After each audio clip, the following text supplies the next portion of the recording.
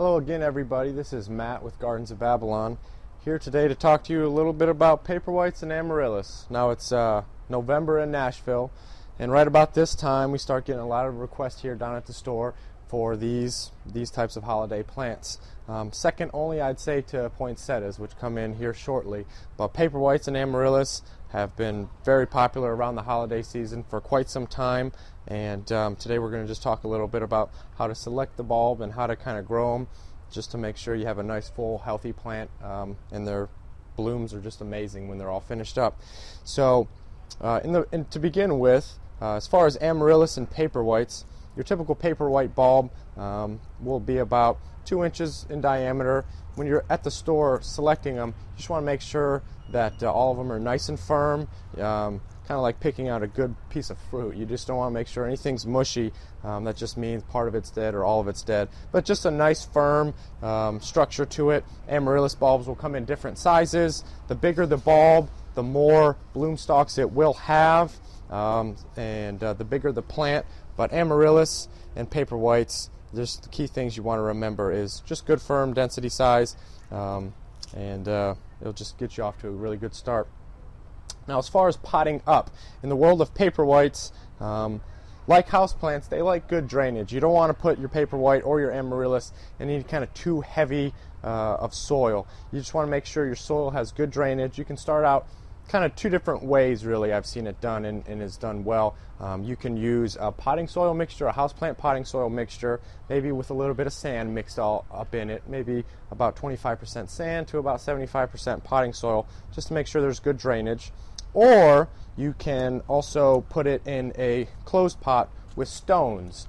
Stones obviously are wonderful for drainage, but the thing with stones is you just want to make sure that you do not have a hole in the bottom of your pot, because that water will just run out and there's no moisture retention with stones. With soil, you can have a hole in the bottom of your pot. The soil will retain the moisture, and the plant will be, just given the right amount of moisture.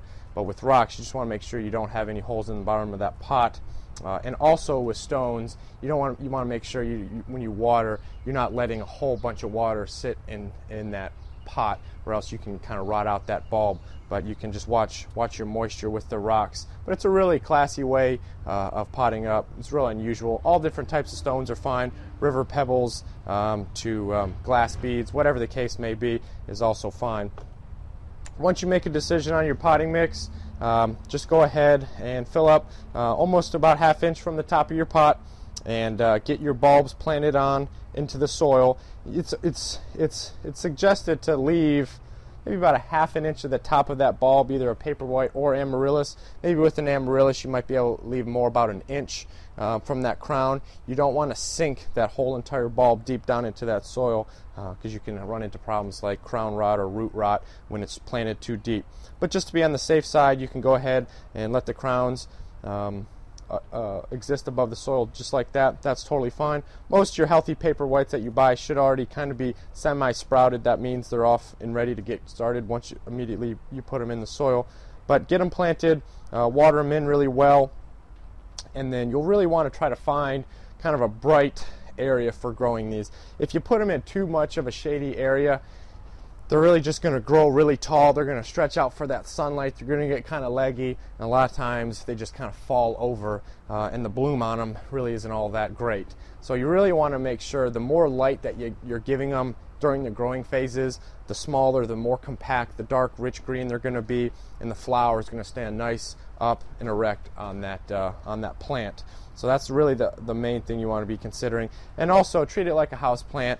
When you have soil, you kind of want to make sure that soil dries just a little bit in between waterings. You don't always want to be watering heavily once every day or two, or else you're going to go ahead and surely rot out that bulb. But just go ahead and feel that soil. When it's semi-moist or a little bit dry to the touch, go ahead and just water it in really well. A lot of people might, the kind of the improper way of watering is to feel it. If it needs water, maybe add about 1/2 cup, or just kind of spritz it with water.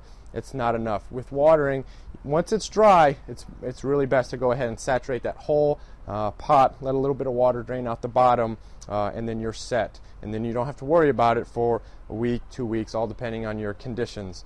But You want to just make sure you have a nice, mildly moist potting soil to get your plants off. Once again, this is Matt with Gardens of Babylon. For more information on growing these or other house plants, check out www.gardensofbabylon.com. Have a great day.